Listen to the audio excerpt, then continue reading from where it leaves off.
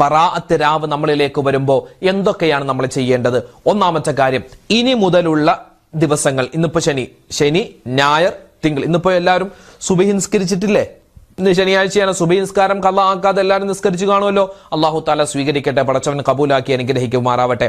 ആയിക്കോട്ടെ. അപ്പൊ ഇന്നത്തെ സുബഹി, പിന്നെയോ ഇന്നത്തെ ളുഹർ, അസർ, മഗ്രിബ്, ഇശ, പിന്നെ നാളത്തെ 5 വഖത്ത്, പിന്നെ തിങ്കളാഴ്ച ദിവസത്തിലെ, പ്രത്യേകിച്ച് തിങ്കളാഴ്ച മഗ്രിബോടുകൂടി നമ്മളിലേക്ക് വരുന്ന ബറാഅത്ത് രാവ്, അന്നത്തെ മഗ്രിബ് നിസ്കാരം നമ്മൾ പുരുഷന്മാര് പള്ളിയിൽ തന്നെ പോയി നിസ്കരിക്കാൻ പ്രത്യേകം ശ്രദ്ധിക്കുക.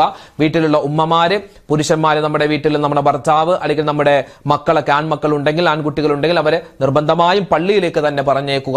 അവരവിടെ പോയി തന്നെ നമസ്കരിക്കട്ടെ. മാത്രമല്ല പ്രിയപ്പെട്ടവരെ, ഉമ്മമാര് പ്രത്യേകം ശ്രദ്ധിക്കുക.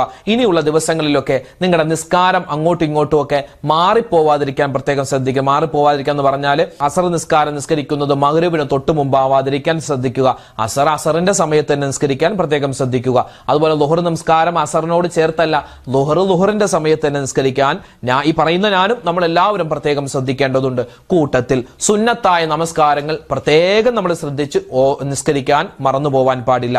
ഇനിയുള്ള ദിവസങ്ങളിലേക്ക് സൂറത്തു ദുഖാൻ ഈ ശഅബാൻ 1-ാമത്തെ രാവ് മുതൽ നമ്മൾ ഓതുന്നുണ്ട്. എല്ലാ ദിവസവും ഇശാ മഗ്രിബിന്റെ ഇടയിൽ ചിലപ്പോൾ നിങ്ങളൊക്കെ ഓതുന്നുണ്ടാകും. ആ സൂറത്തു ദുഖാൻ മുഴുവനായിട്ടും ഓതാൻ പറ്റുന്നവർ എന്ത് ചെയ്യുക?